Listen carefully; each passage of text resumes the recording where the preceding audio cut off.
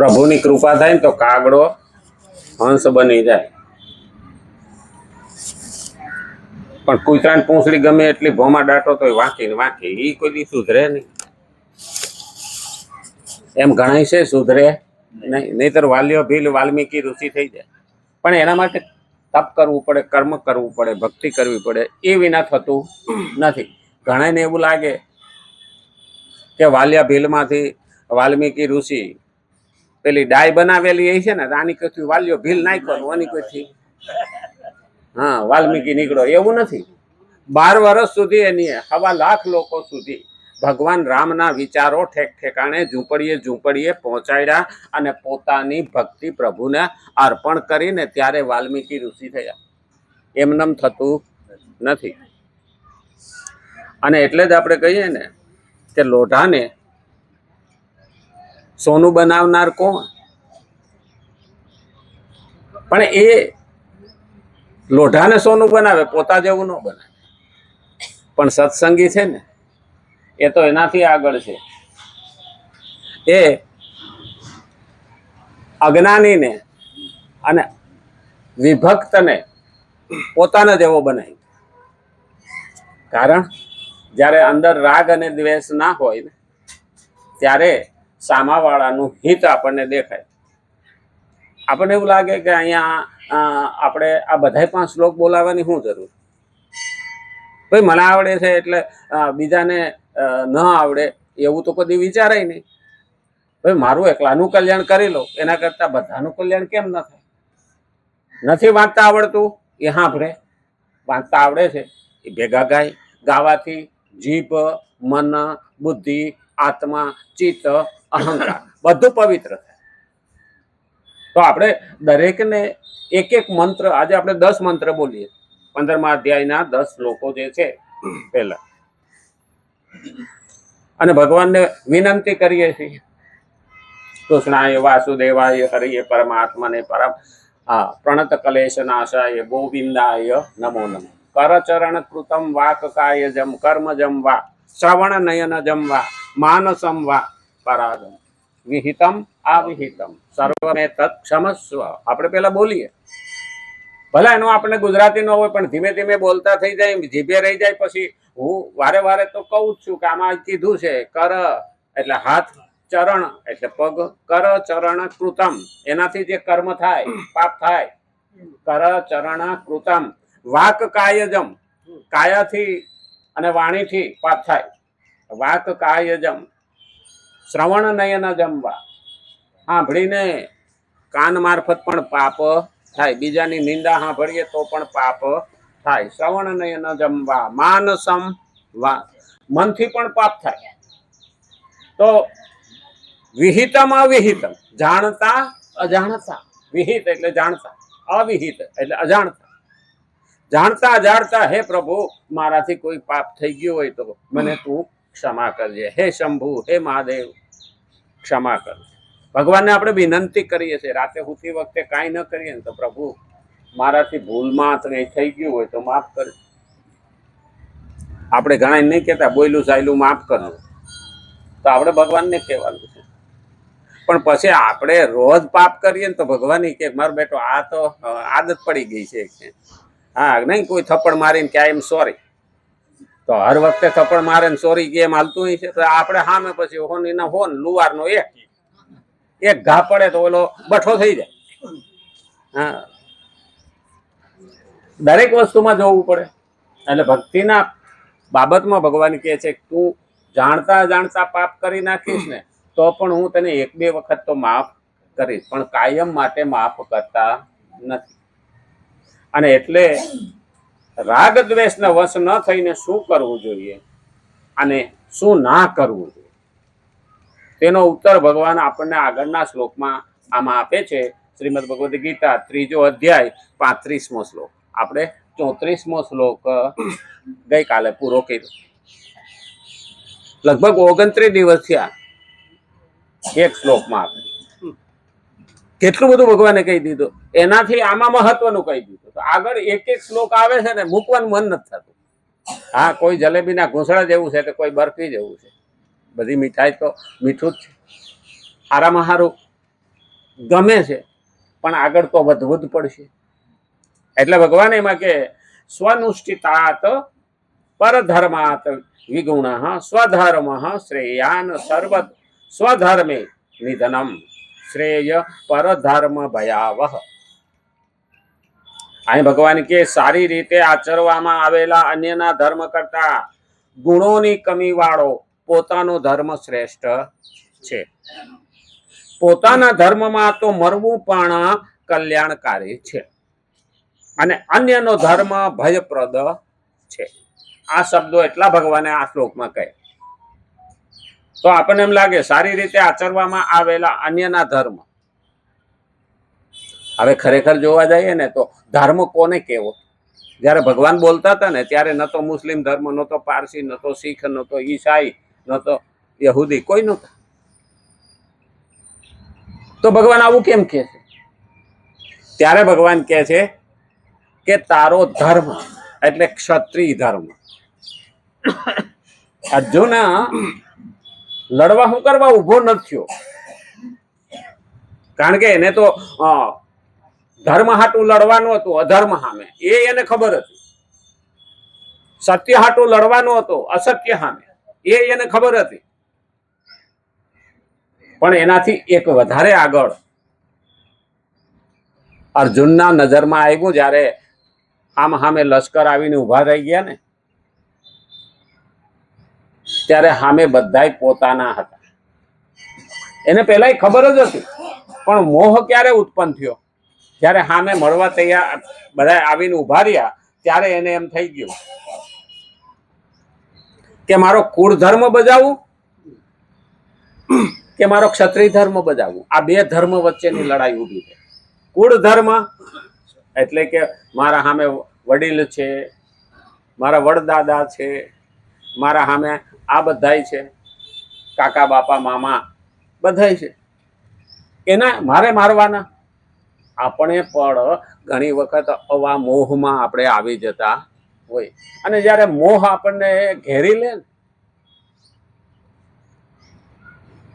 ત્યારે આપણને દિશા સૂઝતી નથી. ધર્મ સંકટમાં મુકાઈ જઈએ, કરું કે ના કરું, કરું કે ના કરું. ત્યારે ભગવાન અહીંયા કહે છે તારો ધર્મ તારે સંભાળવાનો છે. એટલે તો તોરલે પણ જેસલને કહ્યું હતું પાપ તારું પ્રકાશ, ધર્મ તારો સંભાળ. જાડેજાને કીધું, કારણ કે મારું કર્તવ્ય એટલે મારો ધર્મ. તો અહીંયા ધર્મ બીજાનો હારો લાગતો હોય તો કયો ધર્મ હારો લાગતો હોય? તો ચતુર્વર્ણ વ્યવસ્થા, બ્રહ્મ, ક્ષત્રિય, વૈશ્ય અને શૂદ્ર. બીજાનો ભલે હારામાં હારું લાગે તો પણ અહીંયા ભગવાન એમ કહેવા માંગે છે કે તારો તૂટો ફૂટું પણ હારું તારું લાગવું. કારણ કે શાસ્ત્રમાં ના પાડેલી છે બ્રહ્મ એટલે વિદ્યા આપનારો, જ્ઞાન આપનારો. એ બધું જ ધનુર્વિદ્યા શીખડાવે, રાજવિદ્યા શીખડાવે, બધું જ શીખડાવે. પણ એને બંધન હતું કે તારે તારા આ કર્તવ્ય એટલે આ ધર્મમાંથી બીજો ધર્મ સ્વીકારવાનો નહીં. નહીતર અર્જુન બ્રહ્માસ્ત્ર આંકતા એમાંથી શીખો. અને ભૂલ કોણે કરી? દ્રોણાચાર્યએ. જે બ્રહ્મના પદ ઉપર હતો ને પોતાનો ધર્મ મૂકીને ક્ષત્રિયના ધર્મમાં ગયા, હથિયાર ઉપાડ્યા. અપવાદ રૂપ છે. પછી વિશ્વામિત્ર ક્ષત્રિય હતા, રાજા હતા, અને એની ઋષિનું કામ ઉપાડ્યું. એટલે બ્રહ્મ ઋષિ હાટું થઈને એ બહુ મહેનત કરી, બહુ તપ કર્યું. પણ ક્ષત્રિયનો સ્વભાવ ખરો, એટલે જ્યારે જ્યારે ખીજવે ત્યારે કોઈને હરાપ આપી દે એટલે પાપ બળી જાય, અલા પુણ્ય બળી જાય, એટલે બ્રહ્મ ઋષિ થઈ શકે નહીં. આપણી ભક્તિ કરતા હોય ને, ઘણી હળી કરવા આવે, મરચું મેલે ને આપણે જો ક્રોધમાં આવી જાય ને તો આપણું કરેલું ધોવાય જાય. એટલે ધ્યાન રાખવાનું, ભક્તિ કરવા વાળા એ ક્રોધ કરવો નહીં.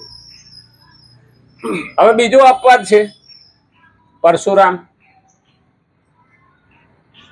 એને પણ બ્રાહ્મણમાં જન્મીને ફરસો ઉપાડ્યો, ક્ષત્રિયોનો સંહાર કર્યો.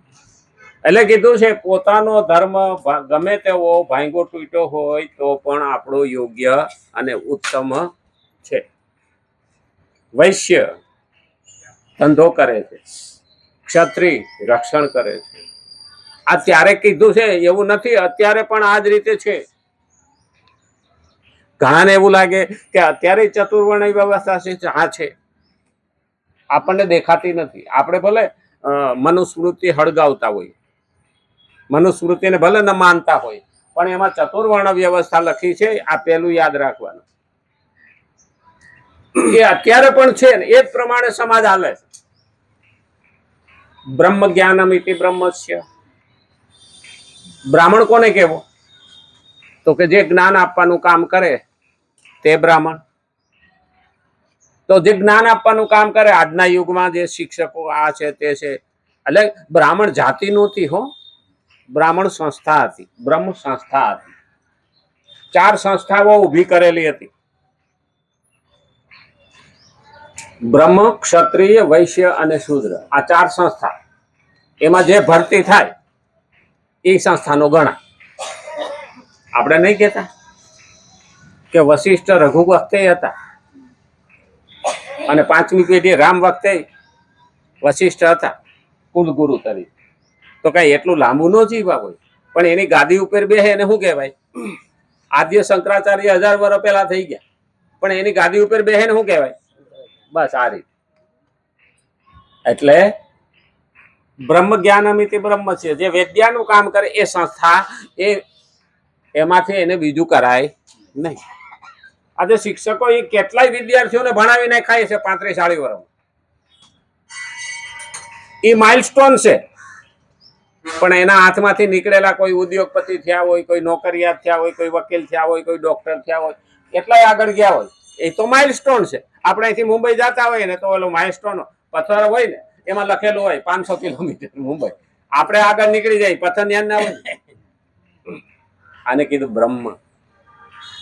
એટલે બ્રહ્મ સંસ્થામાં દાખલ થયેલા પાસે ના તો એને રૂપિયાનો મોહ રખાય, ના તો એને શક્તિનો મોહ રખાય, અને ના તો એને સુવિધાનો મોહ રખાય. હાલ પણ અત્યારે એવું જ છે. હા, એના હાથમાંથી ભણીને ગયેલો ઉદ્યોગપતિ કરોડપતિ થઈ જાય. શિક્ષક કોઈ થયો કરોડપતિ ના થાય. ગમે એટલું બચાવીને ભેગું કરે ને તો મહિને હિસાબ કરી લે તો 20,000 કે 25,000 કે 10,000 રૂપિયા વધે. એ આખી જિંદગીના ભેગા કરે ને જો છૂટો થાય તો 50 લાખ રૂપિયા આવે, બહુ થાય તો કરોડ ભેગો કરે. અને ઓયલાને તો કરોડો રૂપિયા આવે. અને છતાં સ્થાન આપણા શાસ્ત્રમાં બ્રહ્મનું ઊંચું બતાવ્યું છે. વિદ્યા આપનારનું સ્થાન કેવું છે? ઊંચું બતાવ્યું. ભગવાને આમાં 11મા અધ્યાયની અંદર શ્રીમદ ભગવદ્ ગીતામાં કીધું છે, વિશ્વરૂપ દર્શન બતાવ્યું ને વિરાટ રૂપ. ત્યારે ભગવાને કીધું હતું કે મારું મસ્તક એ બ્રહ્મ છે, મારી છાતી બાહુ એ ક્ષત્રિય છે, મારું ઉદર એ વૈશ્ય છે, અને મારા પગ એ શૂદ્ર. આ ભગવાને આ પોતાના શરીરના 4 ભાગ બતાવ્યા. તો એનું સ્થાન ક્યાં આપ્યું? એ જ પ્રમાણે કૃષ્ણ ભગવાને માથામાં મુગટ મૂક્યો, મુગટમાં મોરપીછ મૂક્યું. આનો અર્થ શું છે? કે જે જ્ઞાન દેવાનું કામ કરે છે, જે નાગરિક ઘડવાનું કામ કરે છે, જે સમાજને સારા સંસ્કારો દેવાનું કામ કરે છે, એ સરસ્વતીના ઉપાસક છે. અને સરસ્વતીનો ઉપાસક હોય એ સરસ્વતીનું વાહન મોર છે. એનું પીછું કોઈ તે મુંગટમાં રાખે છે કે મારા માથા બરાબર એની કિંમત છે. કૃષ્ણએ એને માથા બરાબર ગણ્યો. જ્ઞાની, જ્ઞાન આપનાર. હવે એ ધર્મ ચૂકી અને નીચો ઉતરે તો ક્ષત્રિયનું કામ કરે તો એક પગથિયું નીચે આવ્યું. પણ એ યોગ્ય પહેલા યોગ્ય ના કર્યું ને આમાં યોગ્ય કરી નહીં. એટલે આપણે શું કહીએ, ધોબીનો કૂતરો ઘાટનો નહીં, એને ઘાટનો નહીં, આવું કહી શકાય. થોડો હલકી ઉપમા છે પણ કહી શકાય. કારણ કે એ જ્ઞાન દેવાનું કામ પરફેક્ટ કરી નાખ્યો અને ક્ષત્રિયનું કામ એ ઉત્તમ રીતે બજાવી નાખ્યું. એટલે જેને જેનું કામ સોંપ્યું, જેને જેનું કામ સ્વીકાર્યું, એમાં એને વ્યવસ્થિત રહેવું જોઈએ. ભાંગું તૂટ્યું હોય તો એને પકડી રાખવું જોઈએ. આ અહીંયા ભગવાન આ કહેવા માંગે છે. અને બીજા નંબરમાં બીજા ગમે એનો ધર્મ આપણને સારો લાગતો, હવે દૂરથી તો ડુંગરે રળિયામણા હોય, બીજા ધર્મ આપણને સારા લાગતા હોય, દૂરથી ડુંગર રળિયામણા. અટાણે તો સંપ્રદાયને ધર્મનું નામ આપવા માંડ્યા છે. દૂરથી તો પર્વત જોઈએ ને કેવો સરસ લાગે. હા હા હા, વાદળ જેવો કલર છે. દૂરથી તો રળિયામણો છે, પણ પાસે જાવ તો પથરા જ છે. ઓલા ડુંગરામાંય પથરા છે ને આમાંય પથરા છે. એટલે પેલું યાદ રાખ,